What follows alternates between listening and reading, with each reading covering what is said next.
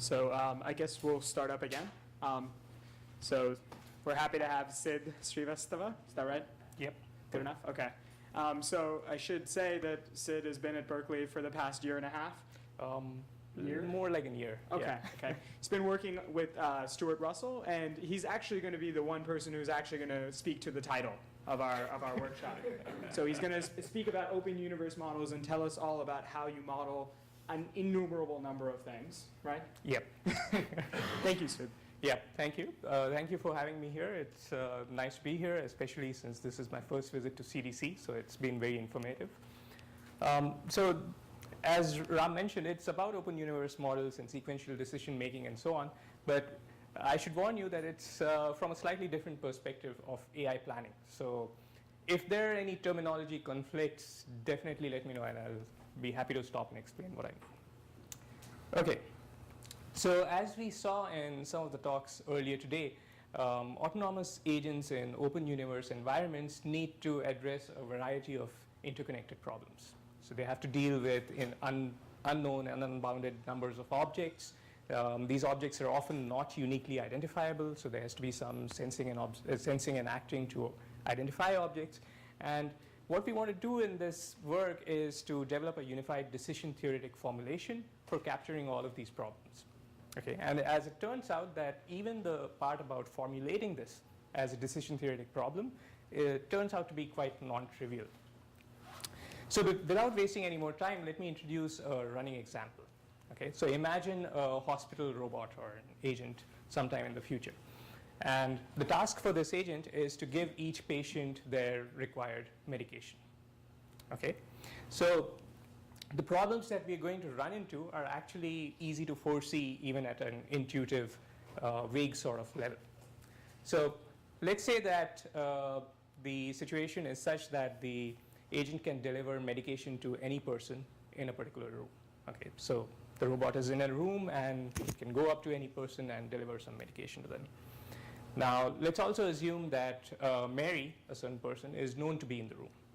Okay, so from these two facts, it seems that the natural conclusion is that the agent can deliver a particular dose of medicine, ibuprofen 350, to Mary, right? That's the normal conclusion that you'd come to if you see these two facts written anywhere. But as it turns out, this is not true. The agent cannot execute this if it cannot identify who Mary is, if it doesn't know who Mary is. Okay, and this is quite crucial because this is a modality. This is what the agent can do. If we cannot express this part of the formulation accurately, then we're actually going to end up writing a different decision problem from the one that we actually want to solve. The agent is this autonomous robot, which is like playing the role of delivering medication to each patient. Yeah. Okay. So what I'm going to do in the rest of this talk is first define the POMDP framework and go into some limitations of this model when we want to define open universe settings. I'll then describe how we can write accurate and efficient models for open universe POMDPs. And this will be a major component of the talk. And finally, I'll also discuss how we can represent solutions to such policies, how we can evaluate them, and I'll close with some illustrative results. Okay, so partially observable Markov decision processes, or POMDPs, are quite a general formulation for expressing situations where you want to make decisions in the presence of partial observability and uncertainty. So basically, you define a POMDP with a set of states, a set of actions, a set of observations, a transition function, an observation function, and a cost function. Okay. Now, at every time step t, the agent executes an action from x. The environment moves to a new state, which is going to be unobservable. The agent receives some observation and also incurs a certain cost. So this is the POMDP model. It specifies a particular decision-making problem. Now, the objective of the agent in all this is to compute a policy such that when it executes that policy, it minimizes the total long-term cost incurred by the agent. Okay, and a policy is usually expressed as a mapping from belief states to actions, where a belief state is a distribution over possible states that the agent might be in. But we are going to have to revisit that as well. So For now, what we want to do is somehow compute a policy that's going to minimize the overall cost that the agent is going to incur. Okay, so if you look at that hospital scenario, it's going to be very easy to model it if there's just one person. So we can have a state variable x, which denotes Mary's position, and we can have this as a discrete variable just for convenience. So Mary could be in room 1, room 2, and so on. There can be some control actions directing Mary to various rooms. There can be an action which scans Mary's wristband and gives some sort of an ID. And there's a transition function which basically tells us what is the distribution of Mary being in a certain room, provided that we applied a certain action from this set. Okay. Now, the only observation here is going to be the scanned ID, and this is going to be obtained if the wristband is scanned at any point. So if the scan action is applied. Now, if we want to model this for n persons, it's convenient to think of this in a framework like a dynamic Bayes net. So we have a control action ut that can be directing any one of n persons that are there in the domain to a certain room. We can scan any of the wristbands. And these edges basically denote the dependencies for the variables at time step t plus 1, depending on the variables at time step t. Okay? So this is just the standard dBn representation of a transition system. Okay? Now, this does capture everything that we want to express in this POMDP situation where we have n persons, right? And as n increases, you just keep adding variables here. But the problem with such representations is that they implicitly assume a fixed upper bound on the number of objects. So this n that you have here and over here, that's the upper bound, and that's going to be a fixed number. In addition, for every possible function application term, you have a variable here. So x1 of t is actually saying the position of x of person 1 at time step t, right? So as you make your domain richer and richer, you're going to have to introduce additional variables for every possible function application. So this is basically going to create a very large specification which has a lot of repetitive or redundant information. Because if you look at the position for each person here at time step t plus 1, it's going to have the same dependency on ut and its position at the previous time step. So we want to be able to avoid that. And for that, we're going to use a different representation, that of first order logic. Okay? So I'm going to describe what we want to use from first order logic in just a few slides. And if there are any questions or clarifications on this, please feel free to stop me. Okay. So the language of first order logic consists of a vocabulary, which in turn has constants, functions, and relations. Okay? Now, this is more expressive than the sort of propositional variables that we were writing earlier, because it allows us to say things like a person is at a certain room at a certain time. And we can express this with a particular relation called at. At the same time, it allows us to use quantifiers, so we can write very succinct formulas for transition functions.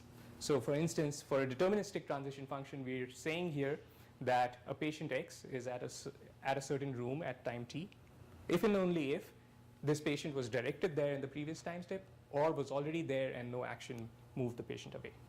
And that's the simple first order formula that expresses this. Okay?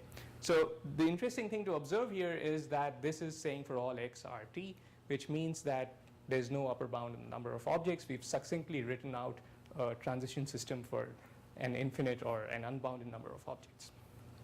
Okay? Now, the bonus of first order logic is that it gives us a semantics which is very natural for expressing open universe situations. Okay? By the semantics here, we want to describe what a particular sentence means. Okay?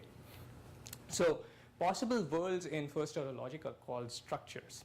And a structure basically consists of a universe and an interpretation. Okay? So a universe is simply a set of objects. It need not be finite. It could be infinite. So in this case, I'm saying that P1, P2, P3, and so on are persons. And that's my universe. Okay? Now, along with the universe, first order logic, the semantics of first order logic, or a structure, includes an interpretation which maps every constant, predicate, and function to a constant predicate or function over this universe. So for instance, it could say that the constant Mary represents person P1. The constant John represents person P2, and so on. So the interesting thing to realize here is that not all of these persons may have names or constants.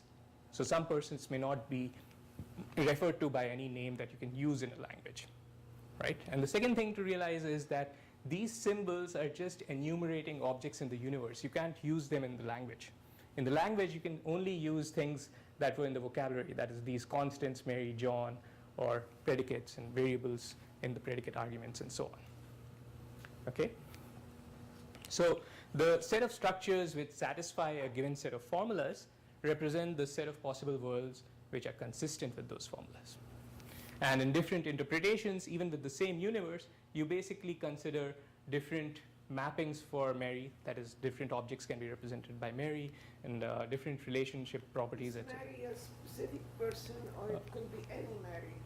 That's a good question. So here, I'm assuming Mary is a constant symbol in the language. So it could be any person. Any Mary. Right. Right. So it doesn't have a fixed meaning. You could generalize in a way that would allow you to specify a particular Mary. I mean, it would. Yes, yes. You can do that if you want to. But in this example, it's a generic person. And so in different interpretations, it's going to stand for different people in the world. Okay? So in this way, possible structures actually capture uncertainty about both object names, like Mary, John, and so on, and also about object properties and relations. And this is exactly what we want in open universe semantics. Okay? Now, the only shortcoming here is that all structures that we define in this way are equally likely. There is no notion of a probability or a likelihood being given over here, right? So to summarize, what we have in first order logic is a very expressive formal language for writing specifications, okay? It's natural for open universe settings, but its only limitation, as far as we are concerned, is that it doesn't give us probability distributions. And this is where Bayesian logic, or BLOG, comes in, okay? So BLOG is a language for expressing open universe probability models, and it basically derives its syntax and semantics from first order logic. Okay, so in this way, it inherits open universe semantics, and it allows us to specify probability distributions over possible structures. Okay, so in a sense, what it does is give us a generative model, which is like a lifted contingent Bayes net. And the generative process that it describes basically has to create objects of the universe. It has to generate properties of relationships, the function values, all of these steps in the generative process itself. But if you think about it, the number of such relationships or function values can be infinite because the universe is infinite. So given a query, the BLOG system generates only terms that are relevant to a query. And so there's a full body of research on how to do inference in such models, and BLOG system has been implemented. So I'm not going to go into too much detail of how inference is done. For the rest of the talk, I'm going to assume that the BLOG is there, it exists, you can write models in it, and give a query and get a posterior distribution about the query. Okay, so moving on to specifying POM-DPs in BLOG. So in classical planning literature, there's been work on how to represent action effects in languages which are very close to first order logic. And the general principle there is for any predicate G and action A, you write down a formula which basically says that G holds at t plus 1 if and only if either you applied an action which made it true, or G was already true and whichever action that you applied did not make it false. So you can write this easily in first order logic, and if you can write it in first order logic, you can write a probabilistic version of it in BLOG. So for example, here I'm showing a transition distribution for the at predicate. So first we define some sort of a predicate which says whether or not the action is going to succeed, and that's probabilistic with Bernoulli distribution 0.7. And we're simply saying that if a direct action was applied and it succeeded, then X is going to be at room R at time step T. If not, then this predicate is going to be the same as its value in the previous time step. Okay, so if you direct someone to a certain room and if that action succeeds, then in the next step, that person is going to be in a different room, the room where you send them. Otherwise, X is going to be in the same room that X was in the previous time step. Okay? So in this way, we are simply writing down the entire transition distribution that was going to be spread out for even a finite number of objects in the DBN. Okay. So we can write down transition functions and reward models in that way. But we still need to express when a certain observation will be received by the agent and when a certain action is going to be executable by an agent. Okay? So we can use first order logic like expressions to say that. For example, we can use meta predicates observable and doable, which apply on predicates themselves. Right? So we may want to say something like, for every person X, if you scan X at time t, then the scanned ID of X is observable at time t. And similarly, you can say that if X is in the waiting room at time step t, then the action of giving X a medication M is going to be doable at time step t. Now, the meanings of observable and doable are that observable of G is going to be true if and only if the value of G is observed at time t. And doable is going to be true if and only if the action or control U is executable at time step t. Okay? So any questions so far? I know this has gone through a lot of logic terminology, and yeah, so if you have any questions, I'll be happy to stop here. Okay. So now let's look at the specifications that we wrote down, right? And consider a situation where the agent cannot identify Mary, okay? And the vocabulary includes this function mother, which is unobservable to the wristband scanner. So the agent is equipped with a wristband scanner and go around scanning patients' wristbands, okay? Now, suppose the agent knows that Mary is in the waiting room somewhere, right? Then just by using this rule, it looks like the action give Mary some sort of a medication at time step t is going to be executable simply by what we've written here. But actually that's not the case because the agent cannot identify Mary. This is a surprising sort of a paradoxical situation that arises here, and we'll get to how to solve this. But the first step to doing that is to see that there is a problem.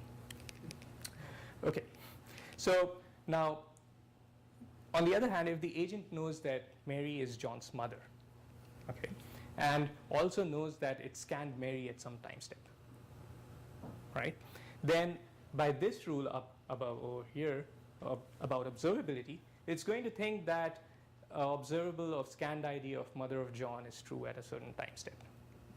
And by definition of observable, this means that it will expect a string of this form, that scanned ID of John's mother is something. But no scanner is ever actually going to generate that. So there's a serious problem here with these rules and this way of doing stuff. Yeah. Gosh, this is really a deja vu of the 70s for me, anyway, with some twists, probability and this. What do you do if your wrist sensor failed? Yeah. So we're actually going to model that. Good. Yes.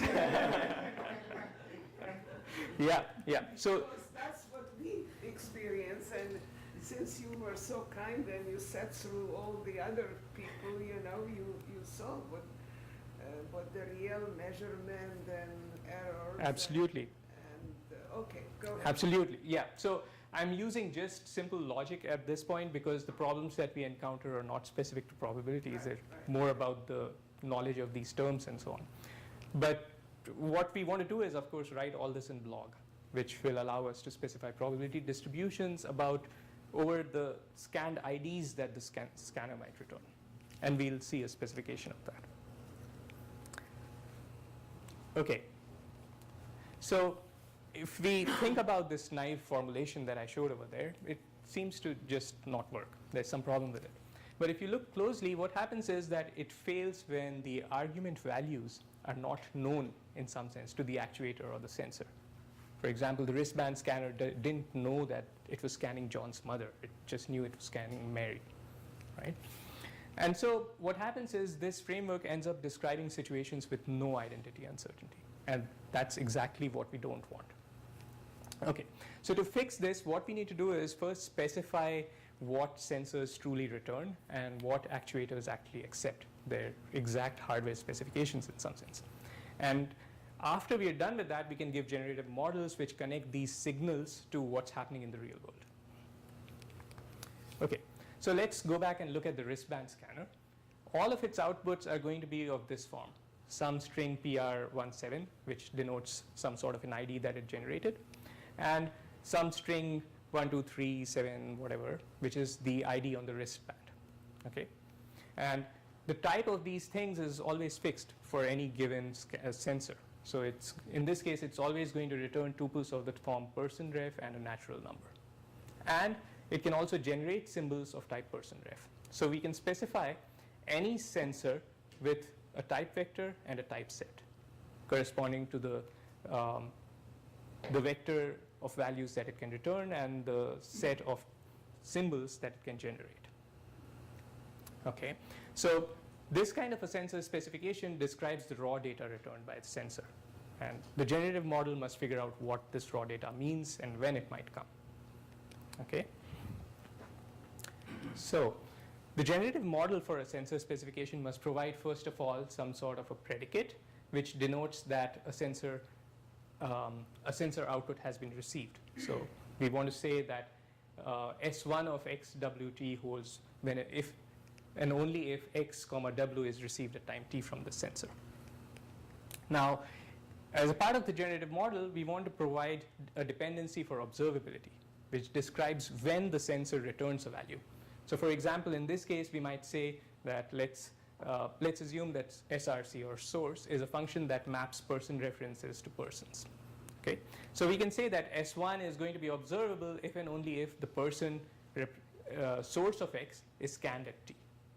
So that's specifying just when a signal is observed from the sensor, when you scan a particular person reference. Where is your t equals 0?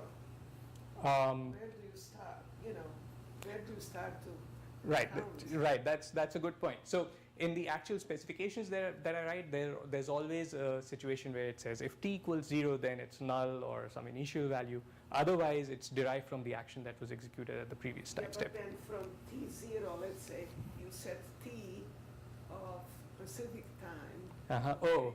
And then, from there on, you start to count, right? Right. So this time step is actually an internal time step to the agent. It's sort of when the agent booted up, right?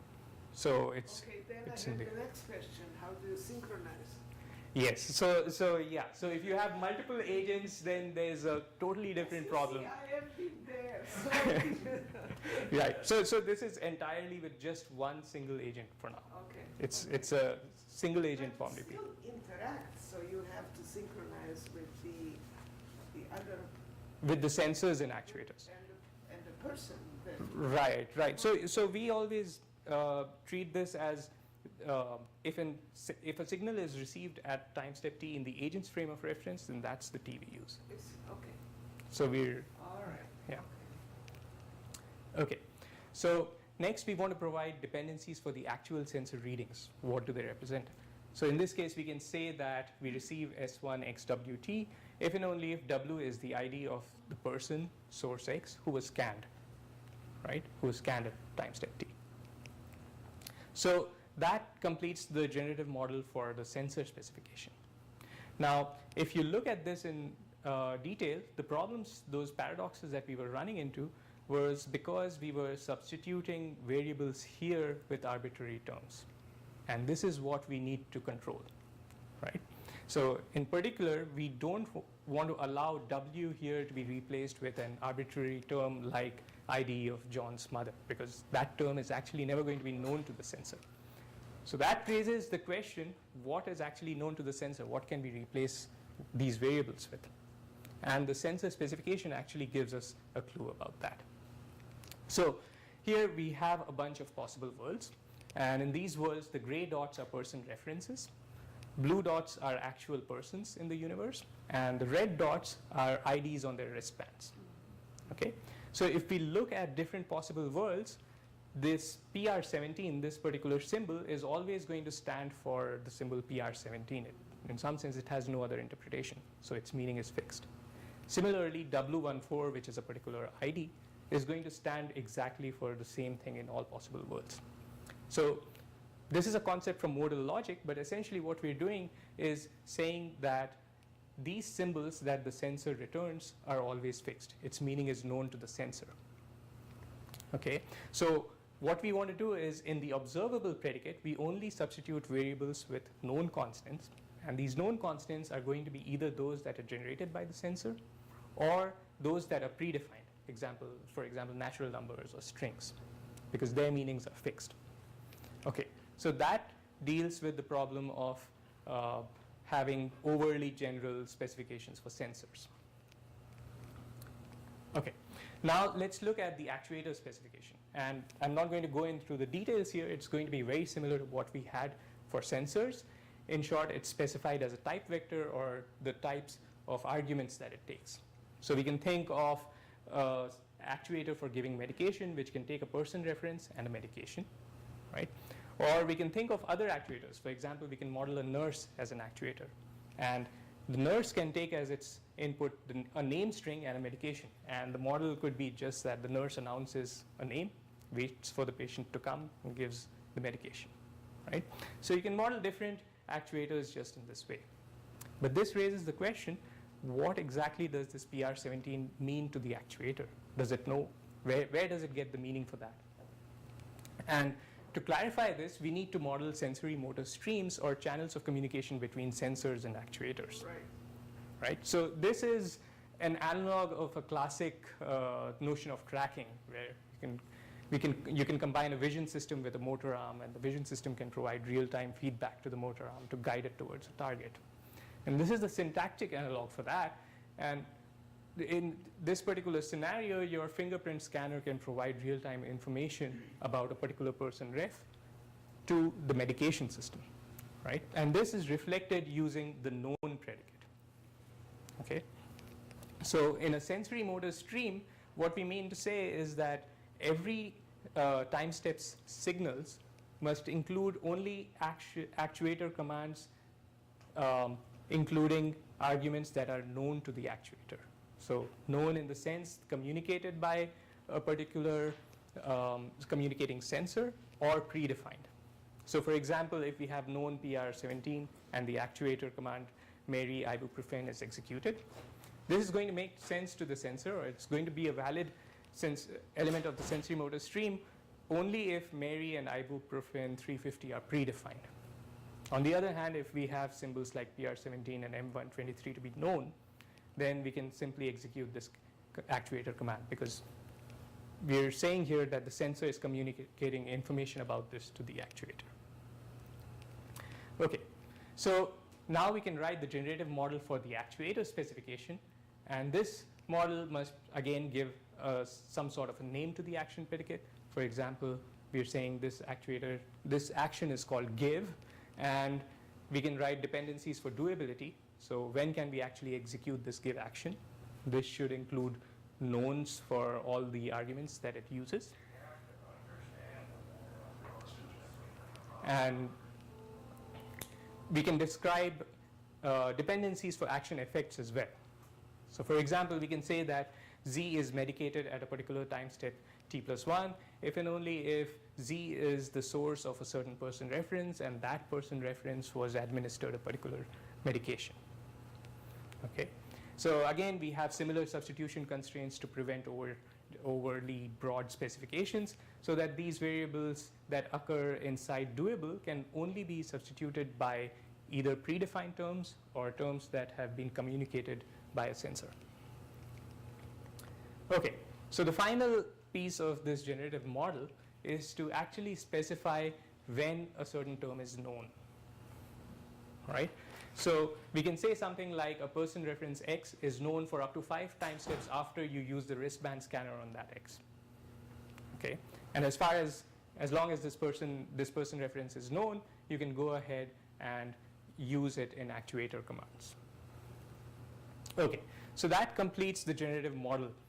And now I can go into details of a particular blog specification that uses these primitives. So the first line says that we have guaranteed medication, insulin with some doses, ibuprofen with some doses. So this is the part where you actually say that these names are predefined or known to everything. And then you give a prior distribution for the number of patients. So this is the unbounded number of objects part of it. You can give any sort of a distribution here. And then I use this variable TrueScan to say that the scanner has a particular error probability. So if TrueScan is true or is 1, then the scanner is going to generate accurate scanned IDs. Otherwise, it's going to generate at random some ID. And how do I express that? Well, I can say scanned ID for a person reference at time step t and give a bunch of dependencies for it.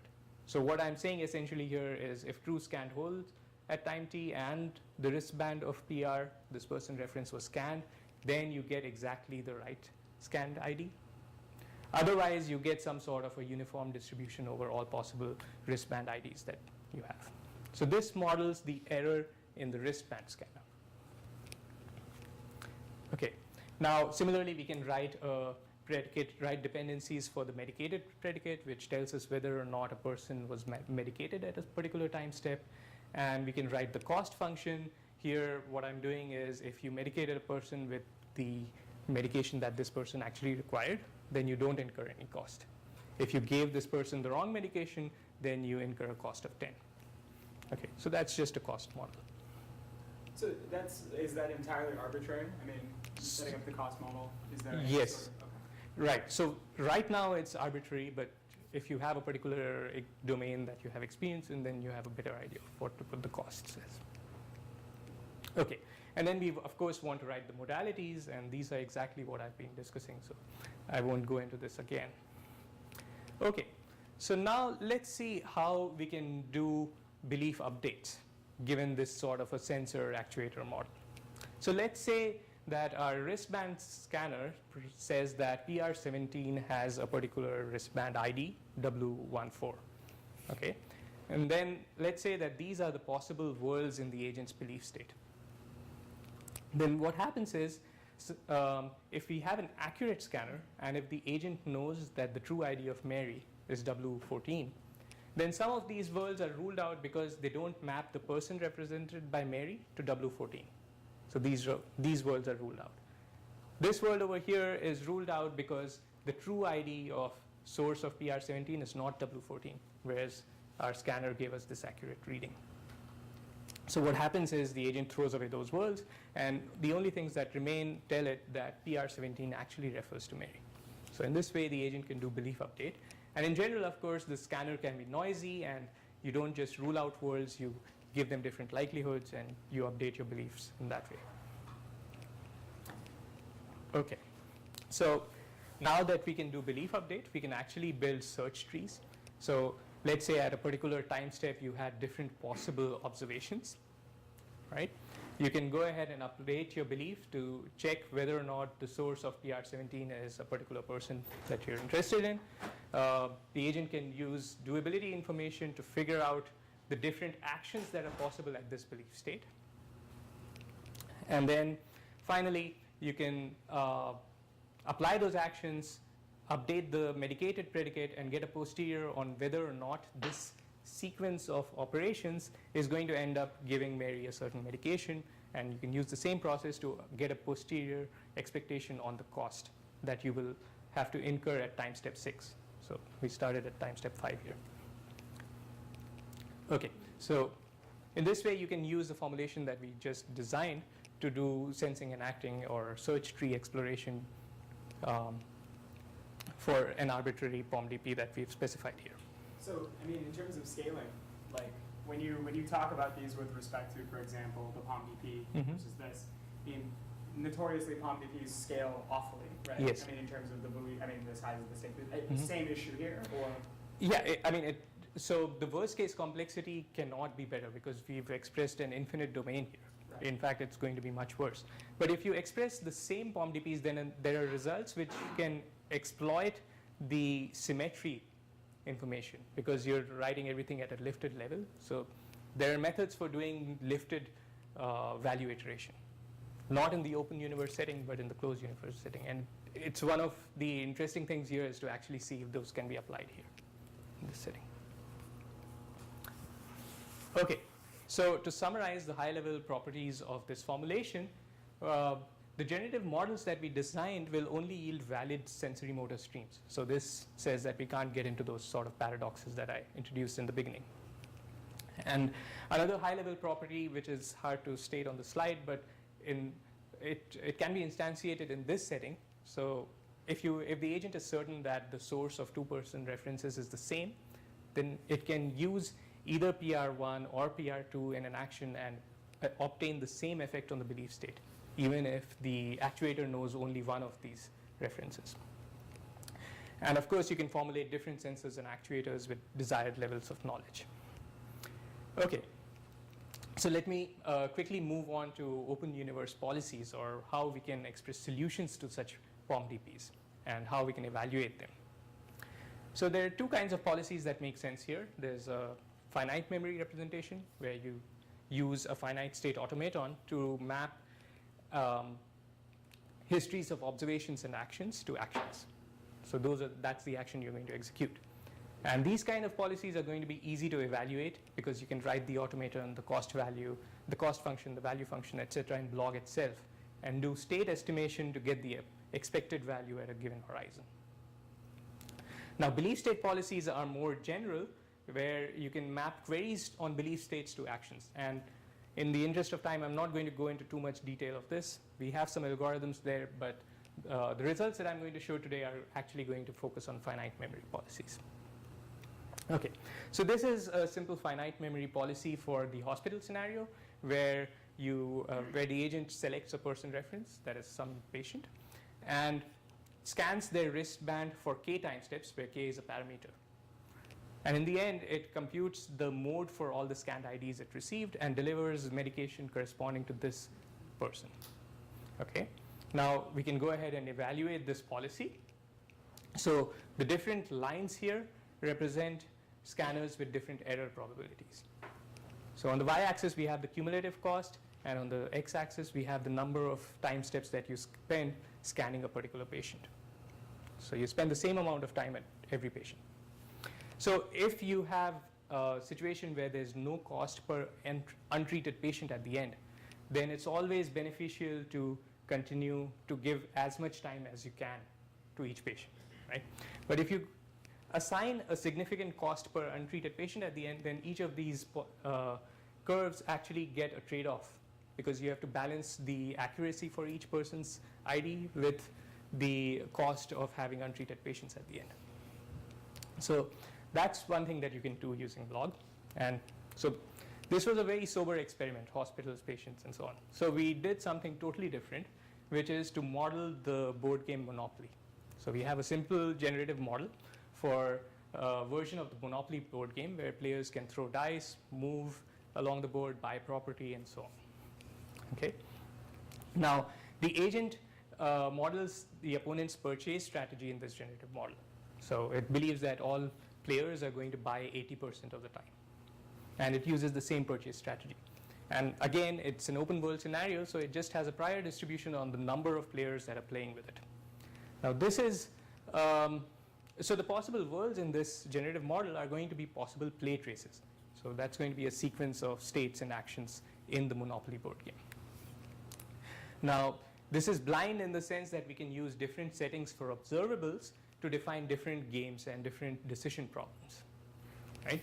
And as an illustrative task, what we have here is an open universe state estimation problem, where the agent learns only the number of times it receives rent.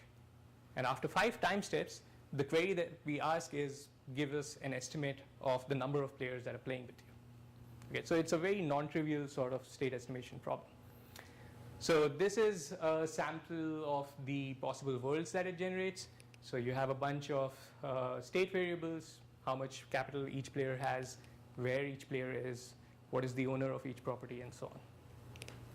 On the right, we see a bunch of actions, which are purchase, throw dice, and all usual stuff that people do when playing Monopoly.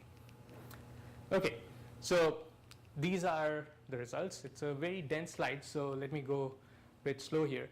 On the x-axis here, we have n, the number of players. On the y-axis, on the upper graphs, we have the probability that the posterior probability or the prior probability that the number of players is equal to n. So different lines here are showing the prior, which is the blue line. So if we start with a uniform prior, this is the blue line. If we start with a Poisson prior, that's the prior.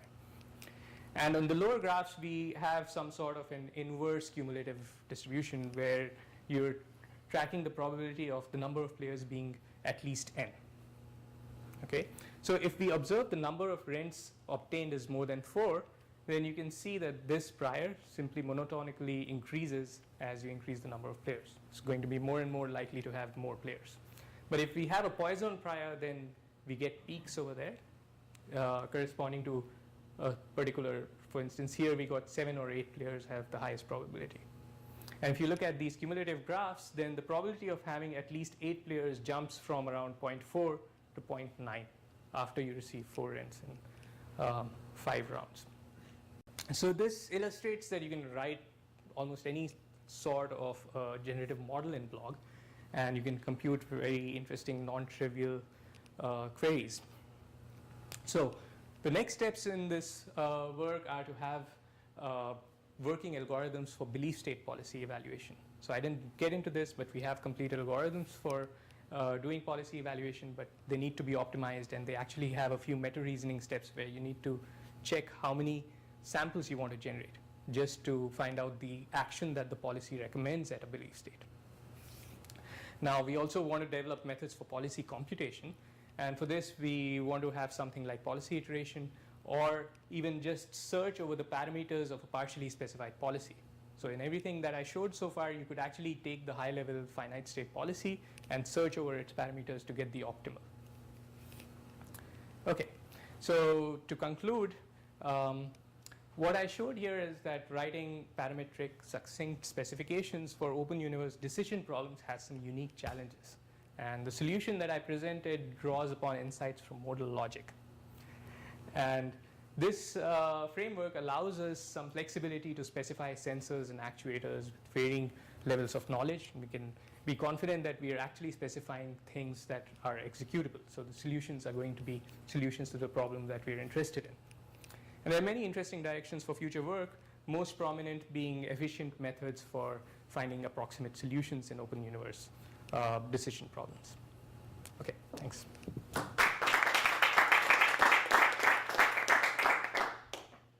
So thanks. So on your monopoly example, which I think it's very interesting, you mentioned, and correct me if I'm wrong, that you run it for 5 Rounds. 5 games. 5 rounds. So 5 rounds. Yeah, because it doesn't know the number of players. It's like the agent receives its turn 5 times. Okay, I'm asking because I'm an absolute ignorant on this. If you run it for more rounds, does it take forever? How long does it take to run? That's a good question. So it actually depends on the prior that you give it. So in this 2 to 12, if it samples a world with 12 players, then it actually takes it longer. And if it samples a world with 2 players, it takes it shorter. So generating all of this takes about 6 hours or so. But that's a lot of runs here. So I'm running this for 3,000 samples. So each curve here is 3,000 samples. And we're saying 6 hours of your notebook or 6 hours? Oh, no, 6 hours on this. Okay. Yeah. Okay. And finally, do you think this is, sorry, do you think this is roughly parallelizable or? Oh yeah. So we're actually working on a project where we're trying to parallelize the entire inference procedure for blog. Okay, great. Yeah. Thank you. So that should definitely speed it up much more. Any other questions? Ms. Burden? Yeah, forgive me if this is a naive question, but in the middle, can I have like legitimate dynamics kind of for the actuators or for the agents? Definitely. So I could have like a OD or an SD or a PD, like I could do, I could just throw anything I want in there? Or Well, so blog allows you to write your own custom distributions. So you could say X of t is something which takes its distribution from a particular class that you've written in Java, and there you could give it anything you want. Great. Any other questions? I guess I have one last one. I mean, in terms of, I mean, like, where do you actually see this going? I mean, these are kind of nice toy examples. I don't, I mean, not to be terrible. I mean, I think it's really interesting. But I mean, like, what do you see in terms of like a real world application? I mean, So, I would be very interested if Stefano can comment on the sensor actuator. yeah, I mean, do you? Because they are on high level, just as Ram was saying. And, you know, I remember Stuart Russell, are you part of his URI project? I'm part of a different, I'm part of Yeah, you are part of it, so you must be sort of sensitized to this whole thing. I remember Stuart, at one time I was talking to him about past and present and future, and he was saying, well, you know, Ruzhna, there is a big gap, but you know, you guys always promise to deliver these, what, you know, Solve the vision is what you mean to say. the formulas, and you know, and we are waiting, and we cannot wait, and so there is a mutual frustration. Let's put it this way. Okay. Okay, there's a mutual frustration that we deal with real time. We cannot afford 6 hours. We deal with noise, where we have to have states that recognize failures of both sensors, and you have them, I think, okay? And we deal with limited time and energy, which we have to optimize on. So, you know, look, I wrote a long time ago a paper, signal to symbol transformation, and it is this business of how do you take measurements and put these predicates on. And in fact, that's why I called on Stefano, because he also has worked on it much deeper way than I did, but you know, would be interesting. So what's your word of wisdom, Stefano? There's a gap. Yeah. So I mean, do you All right. like what sort of Is real there- world examples? Is there So- a hope, or it can we see the light? I mean, you work with these guys. I don't. Or I used to, but I don't anymore. I mean, I guess I was too critical, so they abandoned. Yeah, no, I think definitely there is hope, but I think that at the moment the level of abstraction are disjoint. So Okay. Yeah, so I will it's- not push them no matter what. I just No, but I want think it's a you very- to know that, you know, we all are aiming. I mean, look, the symbolic labels or predicates are a data reduction as far as I'm concerned, all right? But then on the actuation, then you have to sort of interpret it, and nobody gets too impressed today if you put everything explicitly into the memory and then you do your first order logical inferencing. So, you know, that was done. Yeah, so this just probably to 30 years ago, right? so just to clarify, we're actually not using first order logic for inference here. Okay. We're using Yeah, sampling based Bayesian, methods. Bayesian, Yeah, yeah. Bayesian, right. Right. Okay, so we have made some progress. Bayesian, okay. So I mean, inference in open universe is a hard problem. It's just there's no way to get around it. So what we're working on is methods for making it more efficient, having Right. Tailored proposal distributions to making the whole system parallelized, and that. So we are actually quite hopeful that we'll be able to get this. Anyway, I do think that we need to talk more. Sure. These kind of meetings are extremely important and useful Yeah, yeah. from that point, and thank you for arranging for that. Yeah, absolutely. Thanks. Thank you. Thanks, Sid, again.